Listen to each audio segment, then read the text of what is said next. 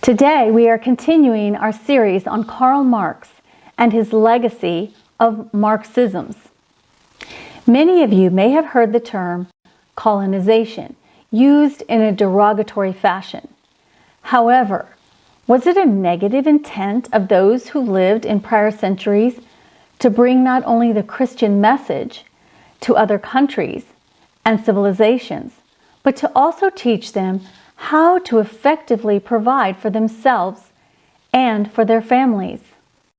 Did they actually mean harm? Human nature is impossible to understand without an understanding of the Judeo-Christian God.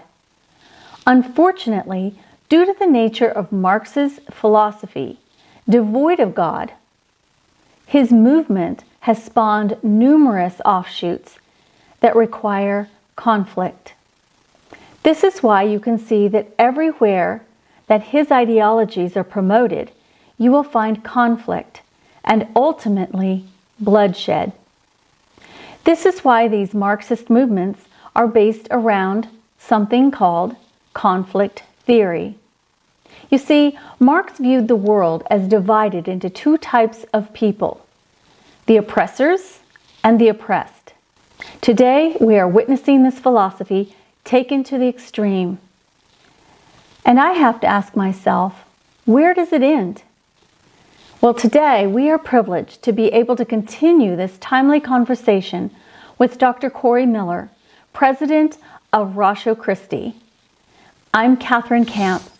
Welcome to Faith and Culture, where we tackle the various topics that are affecting our culture and in some way our churches. Let's get started.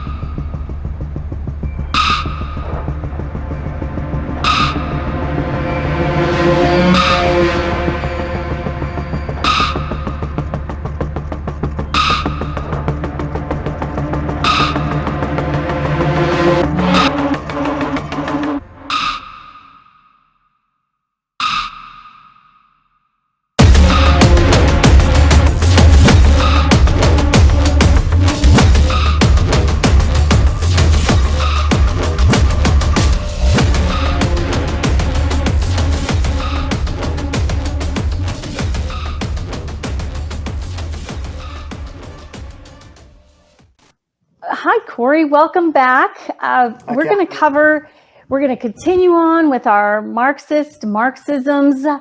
And I think we talked about beginning this episode with colonization and critical theory. And if we have time, we'll get into actual critical race theory, which more and more Americans are waking up to, especially those with young children, and having to face the fact that this is not only creeping into the schools, but being pushed into the schools. So let's get started. All right. Well, to kind of follow up from last time when we did talk a little bit about colonization, Europe was busy colonizing the rest of the world and bringing with it its worldview and its values. Marxism views the world as a world in human relational opposition. People are always in conflict theory. It's based in conflict theory. People are always part of the bourgeoisie or the proletariat, the oppressed or the oppressor, the victim or the victimizer.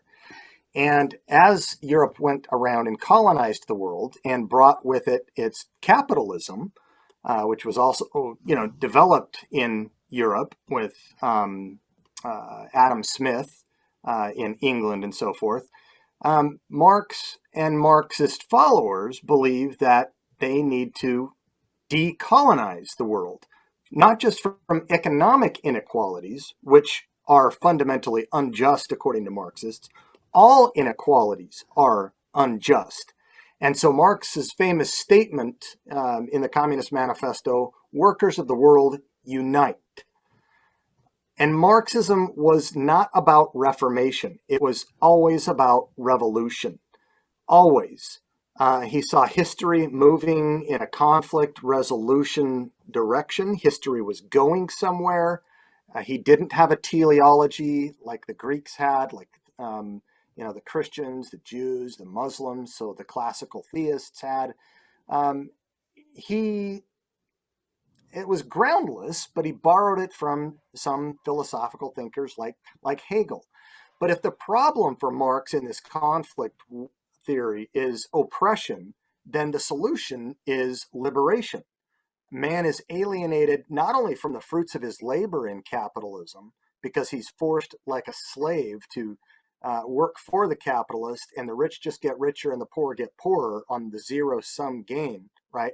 If someone has 6 pieces of the slice of the pie, someone else must have 4 because it's limited to 10. Well, that's a zero-sum fallacy. We know that's not true anymore. Capitalism has brought 4 billion people out of poverty, but Marx wasn't an economist. He was a philosopher, and at the heart of his philosophy, even though he was an atheist, he said things about the devil. My good friend Paul Kengor wrote this recent book called The Devil and Karl Marx. It just came out. And in the front of it, he's got quite a number of things to say about it. But in the front of it, he has a poem.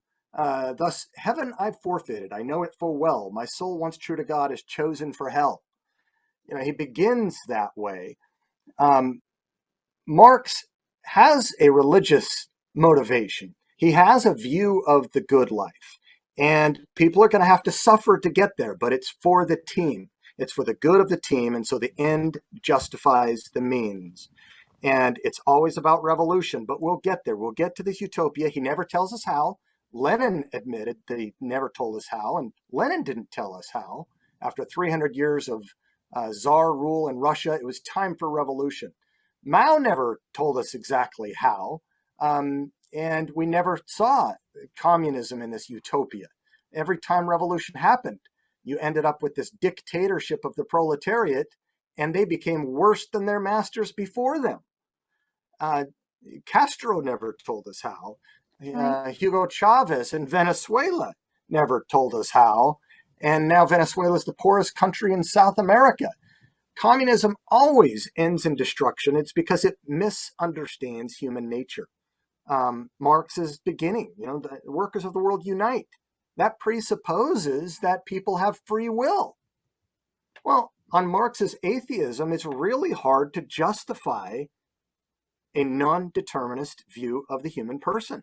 How can I account for free will if all I am is molecules and atoms all the way up and all the way down?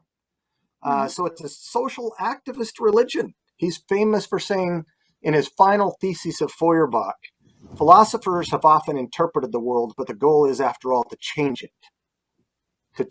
So Marx is a social activist without being able to explain how we can even act, how we can think rationally, how you can justify a view of justice or the ultimate human good or how we get there. Marxism was ultimately destructive, not constructive, and yet people are attracted to it today. So we move into contemporary times now, and we're hearing things about decolonizing. Amy Coney Barrett, the newest Supreme Court member, was called a colonizer by the most famous critical race theorist or anti-racist, Ibram X. Kendi, when he said that she's a colonizer for adopting Haitian black children, basically trying to curse them with whiteness. And hopefully we'll get there, but decolonization requires criticizing everything about the West that has brought us into this god-awful position. And so someone that we want to think about when it comes to, we've heard about Mao, we've heard about Lenin, we've heard about Stalin, Hugo Chavez, Castro, and so forth, all these revolutionaries. and the violent turn that revolutionary Marxism has taken. Well, there were two revolutionary Marxist groups that at one point you may have looked at as failed Marxist uprisings, but they weren't. They ultimately migrated further west. They were subdued by a different socialist group, by the National Socialist Party, the Nazis, and by the fascists in Italy. And so these are the Italian and German Marxists who now may well, history will tell, may well be the most successful Marxist revolutionaries ever.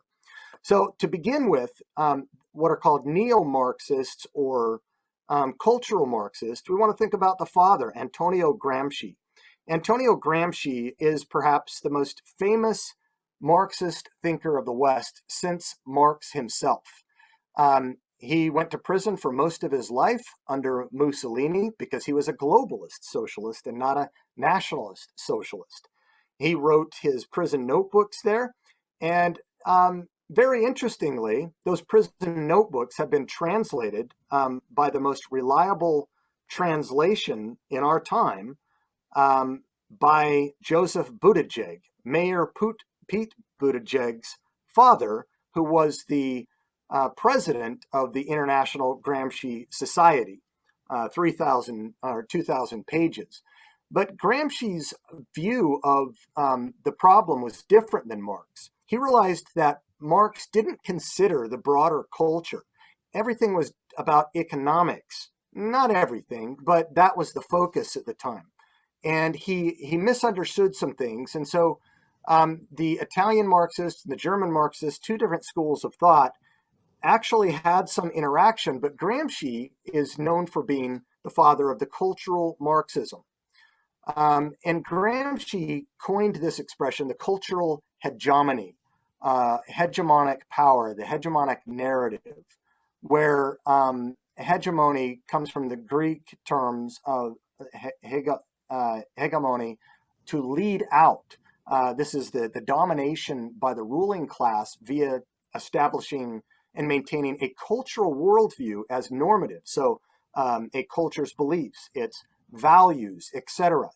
Marx wasn't completely blind to that, but what Gramsci saw was that whereas in the East, it was prime real estate for revolution after 300 years of the Tsar's rules and oppression in some respects, Lenin took a frontal attack at the right time. Mao took a frontal attack. The French Revolution, a frontal attack. Get rid of the nobility, get rid of the clerics, get rid of God out of the system. Atheism was essential to communism, to Marxism.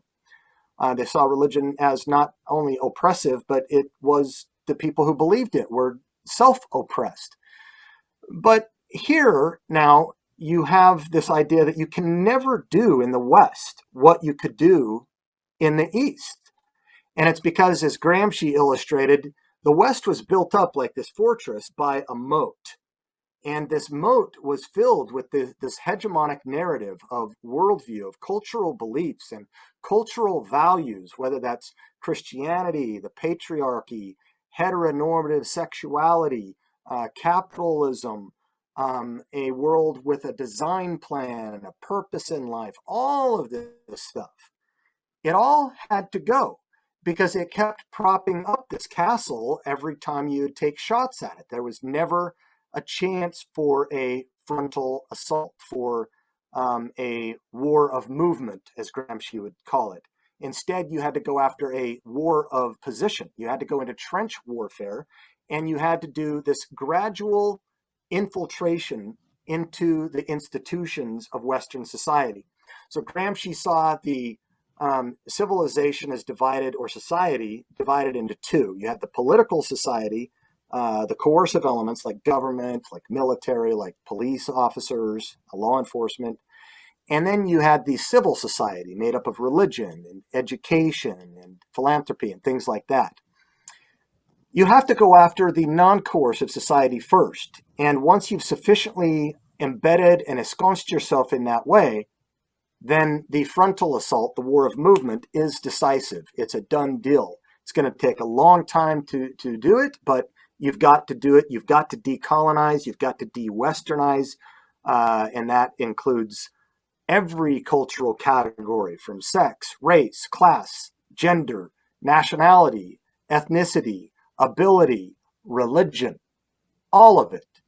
So, Corey, right here, do you see the way that all of these movements, and even starting with I guess even the sexual revolution way back in the 60s and 70s, is a part of this march towards their success? Because from what I've seen is they are long-term thinkers, people who want to change the Marxism movement, this movement that's happening. Do you happen to see that was part of this, breaking down the fabric of our society and then moving, like in 2009, head on, like you say, they want to face it, confront it face on with all of the push for all of the sexual diversity? Because I remember when Obama got in office, that's one of the first things he did is he put a homosexual man at the head of the education department. And they work very quickly. Immediately, they put these programs in schools. It was almost like they were ready for, with their videos, and just so that young children would start to feel sorry for things that they never even thought about before, and seeing people in diverse lifestyles as somebody to be pitied so that they wouldn't discriminate against them. Do you see a connection here? Yes.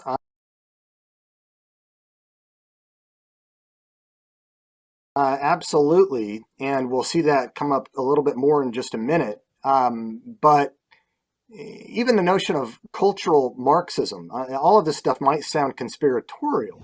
It's not. Marxists have always said they put their stuff front and center. You can read the Communist Manifesto. You can read the main writings by the main thinkers. And, today, if you go to Wikipedia at this moment and you Google cultural Marxism, it'll take you to a page that's conspiracy theory. And you have to click on that and it'll blame it on, nationalists and right-wingers and bigots and things like that. Yeah, they've done that with a lot of things. In fact, yes. And a lot of people. Anybody who tries to, like what we're doing here, educating the public, right away, it's conspiracy theory, which was, as you know, the history of conspiracy theory started after JFK was assassinated, and people were trying to come up with, because it didn't make sense. He was popular. And anyway, that's when I think either the CIA or FBI came up with that term to discredit anyone who was going against the narrative at the time. And that's what they still use. Right. Whether you're telling the truth or not. And so I think we need to also be aware of that. Yes. Yeah. And so Gramsci, for him, and it's why it's called cultural Marxism, because his focus was Marxist, but it was on the culture as primary in terms of the priorities to get to in order to foster revolution. Culture for him is not downstream from economics like Marx thought, but upstream. And what that means is that if you want to change the economic structure of society, you must first change the cultural institutions that socialize people into it. And you do this by cutting at the roots of Western civilization, in particular its Judeo-Christian values. So in short, unless and until Western culture is de-Christianized, Western society will never be de-capitalized. So Gramsci himself said, in the New Order, socialism, and he meant this in a broader sense than we do today. We think about it as just an economic thing.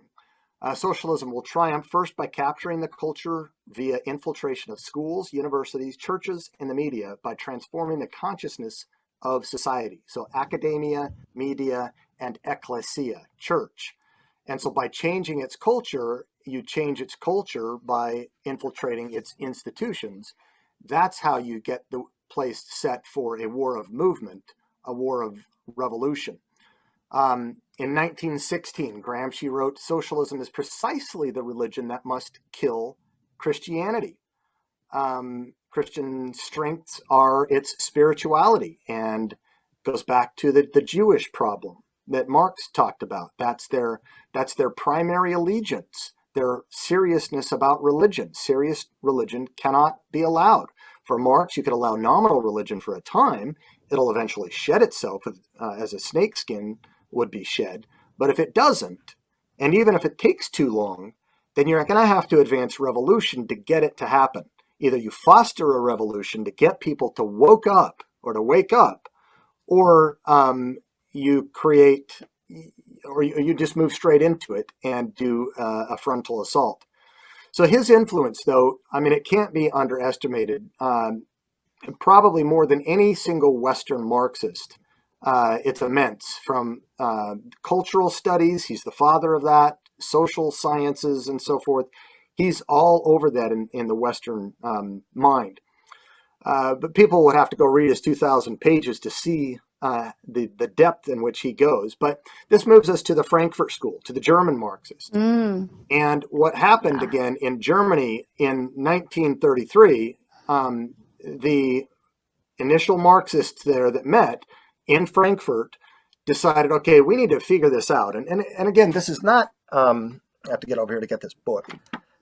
This is not conspiracy. My distinguished professor of Marxism at Purdue, Bill McBride, I remember, we would go through a book like this by Martin Jay, The Dialectical Imagination, A History of the Frankfurt School and Institute of Social Research.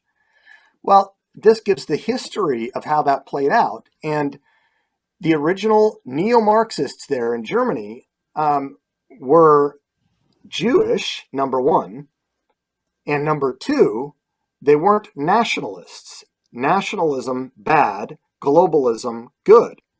And when you get the National Socialist Party, the Nazi Party emerging, and they like, blonde hair and blue eyes and no Jews, it's a very bad place to be. So those early people in the Frankfurt School and the Institution of Social Research, the social sciences, they had to get out of there pretty quick if they were going to save their lives. And early thinkers were people like George Lukács, Max Horkheimer, Theodor Adorno, and probably the most famous Herbert Marcusa that we'll look at that ended up at Columbia University. After they went through Geneva, they went straight over to the East Coast in America, ensconced themselves in Columbia University, the same school that Obama says that he went to, right? And, they started writing tracts and books at high levels, being very influential, pumping out doctoral students that were high level, like Marcusa's famous protege Angela Davis, his PhD student, who won the Lenin Award from Russia. And she is one of the top influencers as a liberal Black feminist of the early feminism and movements that we're now dealing with today. And she's still, even at her age now, teaching in one of the UC systems on the West Coast. You had with these thinkers, Erich Fromm and Marcusa, people that were trying to wed Freudian psychology with Marxist social thinking. And so this goes back to the Marx-Freud connection that I mentioned earlier about, what to do with religious belief and how to eradicate it. And so if we could focus just on one of those thinkers, the major one, that would be Herbert Marcusa. And Marcusa, he died in 1979, to give you the idea. One of his famous books is this one, and it's called Eros and Civilization, a philosophical inquiry into Freud. And so this caught the attention of the 1960s counterculture that you were referring to.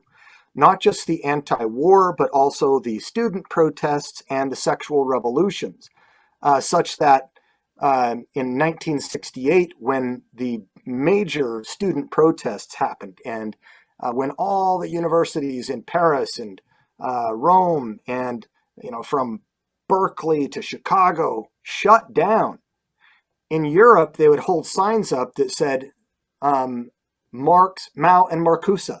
Marx, Mao, and Marcusa, the holy trinity of this movement. Wow. Marcusa, very significant. His views were the founding documents of the sexual revolution. And it helped bring the Frankfurt School to the attention of numerous student activist groups and academics writing in various colleges and universities around the world. So it was probably Marcusa who did the most to provide the intellectual justification for the adolescent sexual rebellion of the 1960s in Eros and Civilization. The Beatles began in 1963, remember, and All You Need Is Love. It really became the textbook for that movement.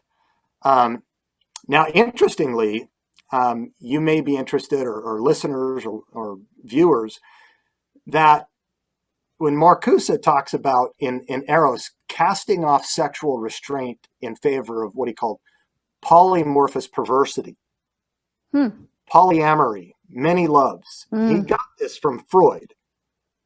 And the Kinsey Institute down the road from me, I've taught at Indiana University for a dozen years, but at the campus, it's where Kinsey did his research on toddlers and masturbation and all kinds of things, right? Alfred Kinsey. In fact, his studies are the same studies that are being used in sex education today. And it's disgusting. And that is something I did have to stand up to at my daughter's school, because it, in public schools, they just sneak it in there and parents have to find out. But same in private schools, they sneak it in there too. But if you say something, they just tell you to leave. If you don't like it, you can leave. Right. You don't have to watch it. Just turn it off.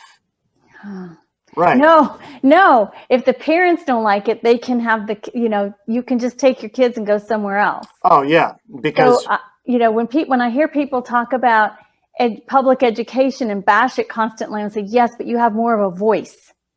You can make a bigger difference there than you can in a private or independent, because they have an agenda and they are going to push it on your kids, whether you like it or not. Right. Yeah, he's disgusting, Alfred Kinsey. Yes. And what's interesting is, again, most of these early thinkers were Jews, right? So we're talking about the tale of two Jewish revolutionaries, Jesus and Marx.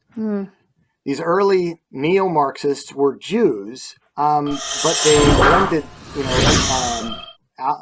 Gramsci's view of cultural hegemony and reaching the culture and all of its dissections, not just from class, but race, sex, gender, etc.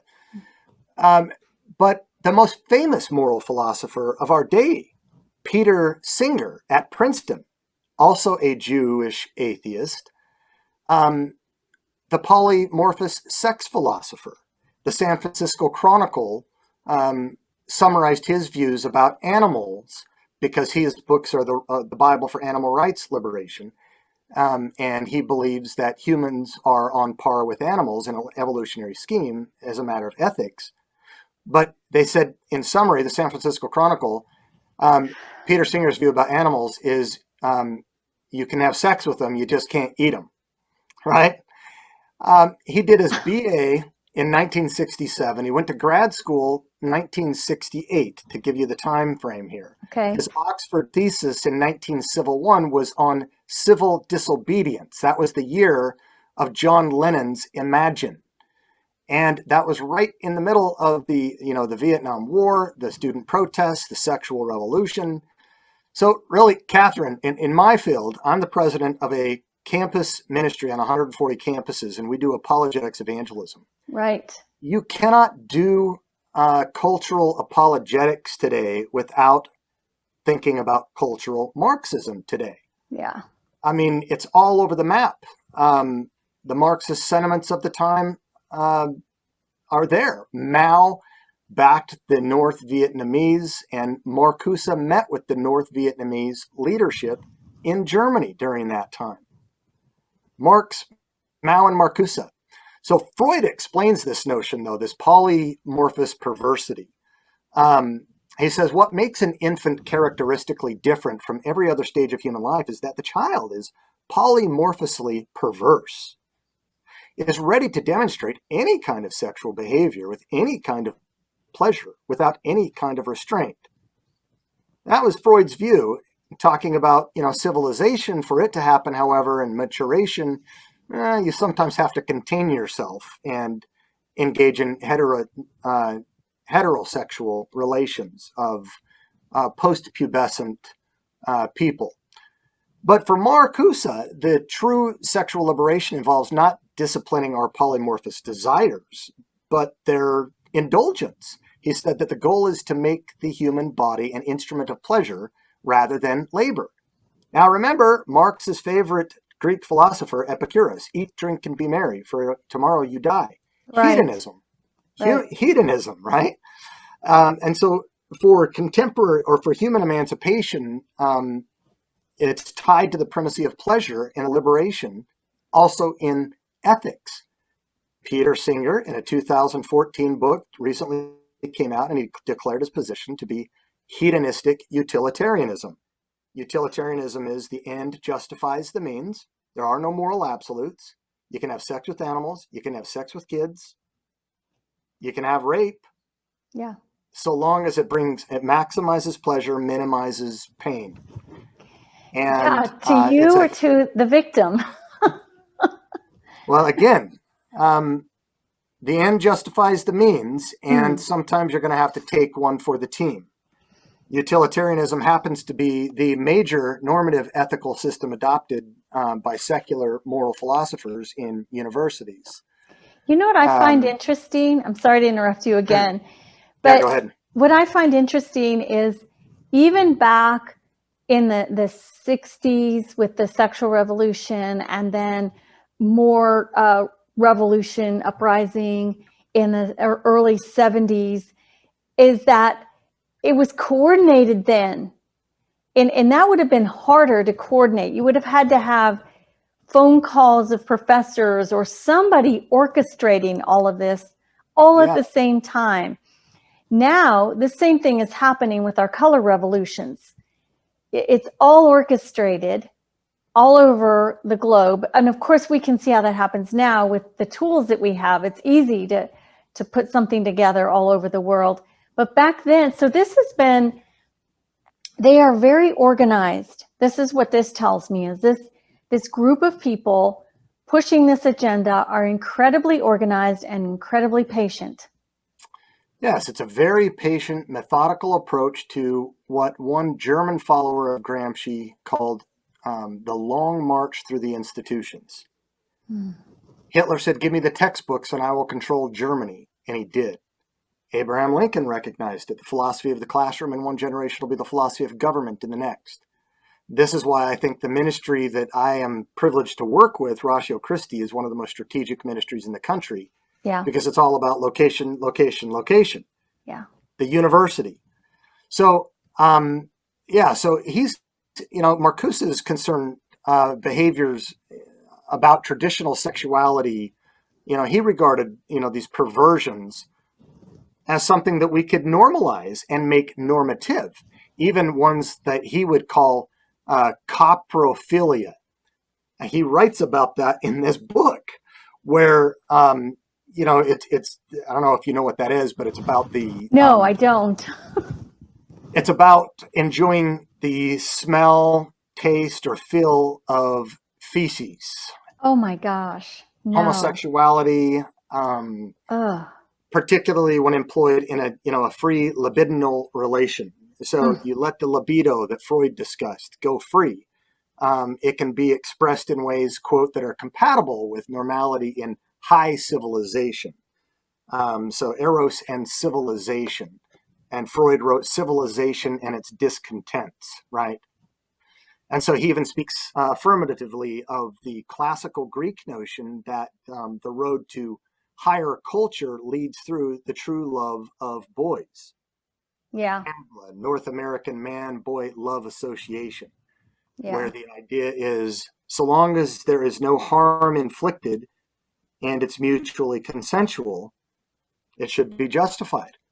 And Peter Singer now argues so long as there's no harm inflicted on the animal, so long as it's mutually consensual, it should be justified. That's just crazy.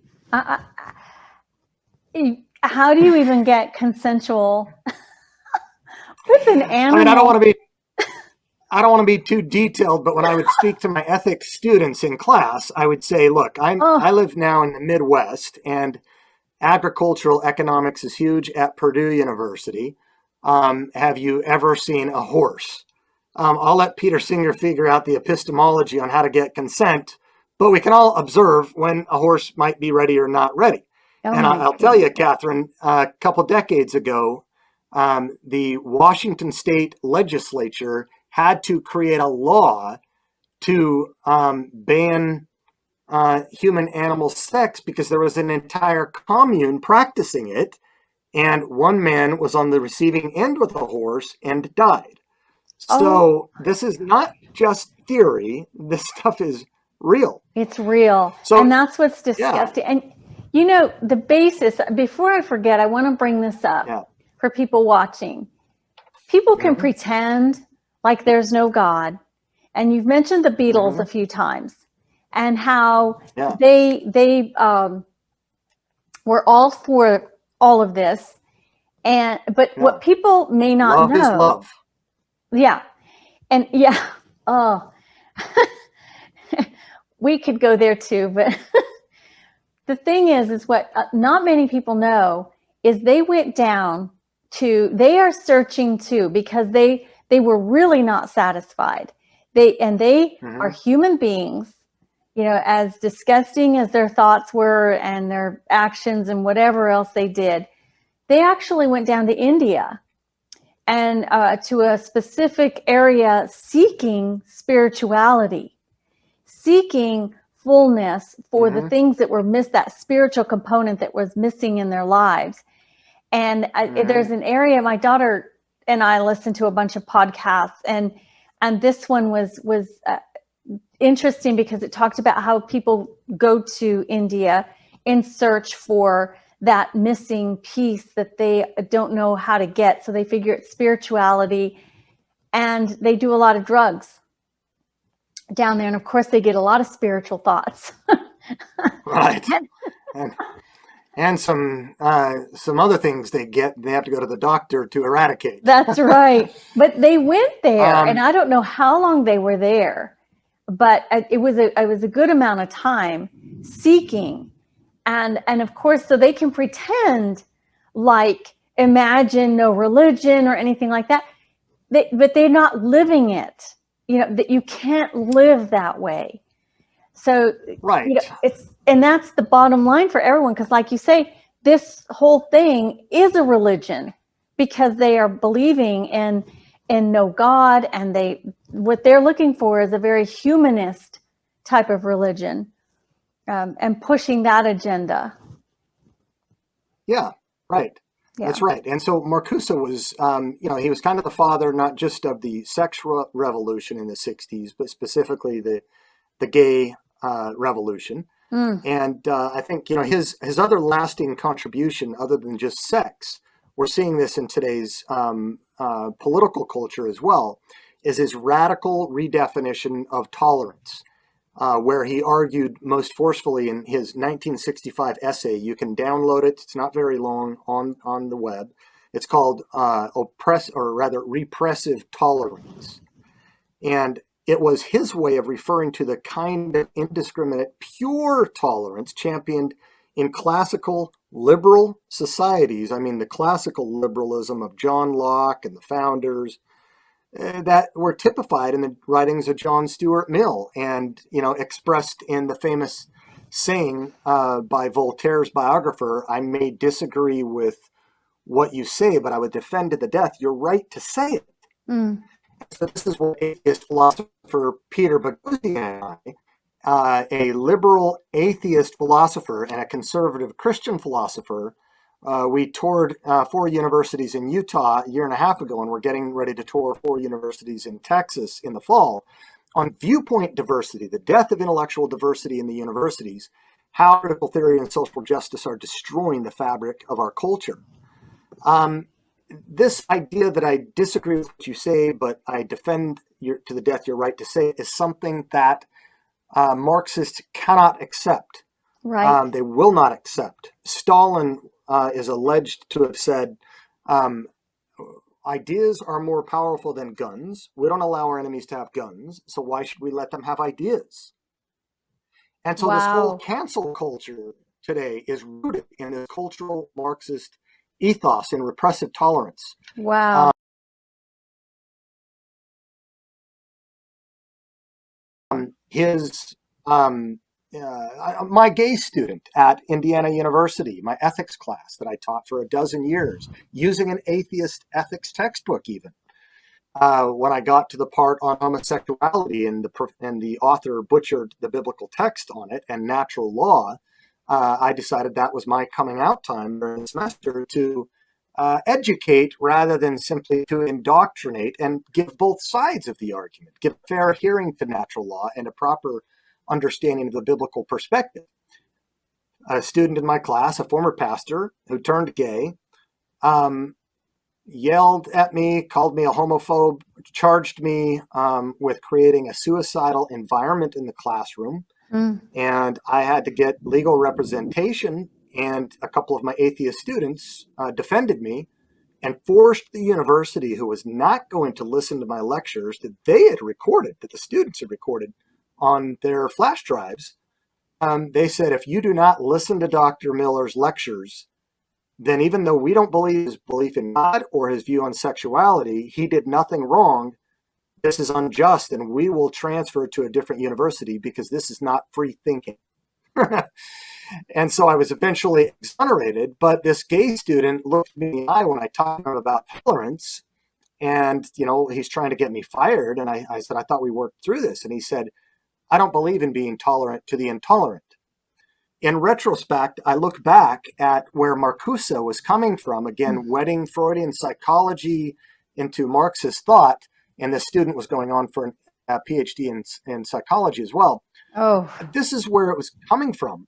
In Marcusa's estimation, while a view of tolerance in the West sounds good in theory, in practice, it fosters inequality. And remember, inequality translates to injustice in every category now, not just economic inequality, so that there's economic justice, but also reproductive justice, inequality with men and women, my body, my choice, feminism, gender equality, sex equality, LGBT equality, research justice. Don't use white male patriarchal authors anymore.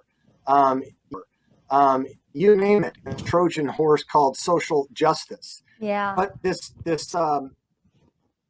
idea fosters inequality and itself serves as a cause of oppression. And so he thinks that classical liberal kind of tolerance is stupid, and stupid opinions ought to be treated with not the same respect as an intelligent one. And of course, his are intelligent. So liberating tolerance now is what he advocates. This is the heart of cancel culture. This is why when Peter Boghossian and I traveled universities in Utah, one student group tried to get us disinvited and called us both logical fascists.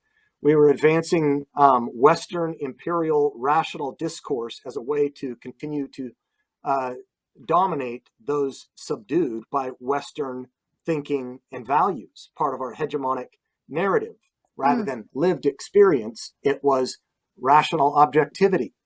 So Marcusa says that tolerance cannot be indiscriminate and equal with respect to the contents of expression, neither in word nor in deed. It must discriminate. It cannot protect false words and wrong deeds which demonstrate that they contradict and counteract the possibilities of liberation. Such indiscriminate tolerance is justified in harmless debates, in conversation, and academic discussion.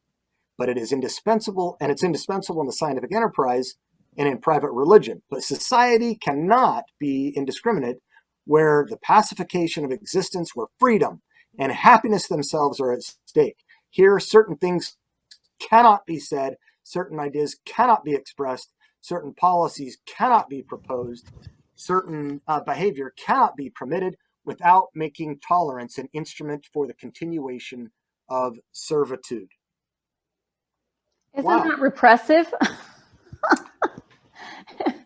It's liberation against puritanical thinking. Yeah. you have to check your mind at the door, what they've always accused Christians of doing, and just say, okay, I'm just gonna be here and not say anything and have to agree with everybody, or I'm just gonna keep my mouth quiet and never have an opinion. That's crazy. And that's and this is where we're at the universities. Again, take the cultural institutions. In 2017, a Yale student national study had these following statistics. 48% of students across the nation in colleges, 48%, almost half, support campus speech codes. Hate words ought not be said. 81% say words are a form of violence, right? Because sometimes words cause people to get depressed, depression leads to suicide, and so forth. 33%, or 1/3, think that physical violence is justified to prevent hate speech. The end justifies the means. And 2/3 of students say that hate speech is anything a student believes to be considered hurtful to a particular person. So don't say anything at all. Yeah, and so we are currently, our ministry, for example, has been in around 30 cases of legal proceedings, 2 federal victories, a recent contribution to a Supreme Court victory regarding speech codes. And then recently we've been engaged in the Biden administration litigation with an atheist group trying to inhibit religious groups from believing religious things, not just thinking them. So it's not just free speech, it's free thought, free thinking, because there are truths and there are political truths. There is justice and there is social justice. And it's political truth that really matters. And religious groups believe hateful things that could lead to harm, and so they cannot have free speech. This is liberating tolerance, and you can summarize it this way in his article. Liberating tolerance means, and he's completely candid about this, intolerance against movements from the right and toleration of movements from the left. The First Amendment, right? Western civilization, $20 million donation was given to Yale several years ago, and they rebuffed it because the grant was to soup up Western civilizational studies that were diminishing across the universities. But the protests were hi-ho, Western Civ has got to go at Yale. And as Marcusa himself put it, one can rightfully speak of a cultural revolution since the protest is directed toward the whole cultural establishment, including the morality of existing society. There is one thing we can say with complete assurance: the traditional idea of revolution and the traditional strategy of revolution has ended. We must undertake now a type of diffuse and dispersed disintegration of the system. Systemic racism, systemic sexism, systemic you name it-ism in cultural Marxism. Infiltrate the civil part of society, ensconce yourself in education, religion, media, and the influential institutes. And once you're there sufficiently, then a war of movement, Gramsci says, is decisive. And so this gives us a sense of which, understanding critical theory, a form of incisive cultural critique, happens by critiquing Western values across the board. Criticize, create oppressor-oppressed groups, create victimizer groups, create bourgeois proletariat groups, identify the offenders, and that's part of diversity. locating the oppressor, oppressed groups, and then inclusivity is to include only the oppressed groups with their voices, since they can properly see. And then equity is to then bring about reparations and payback and right the injustices of inequality across the axes of race, class, sex, gender, ethnicity, religion, ability, and so forth.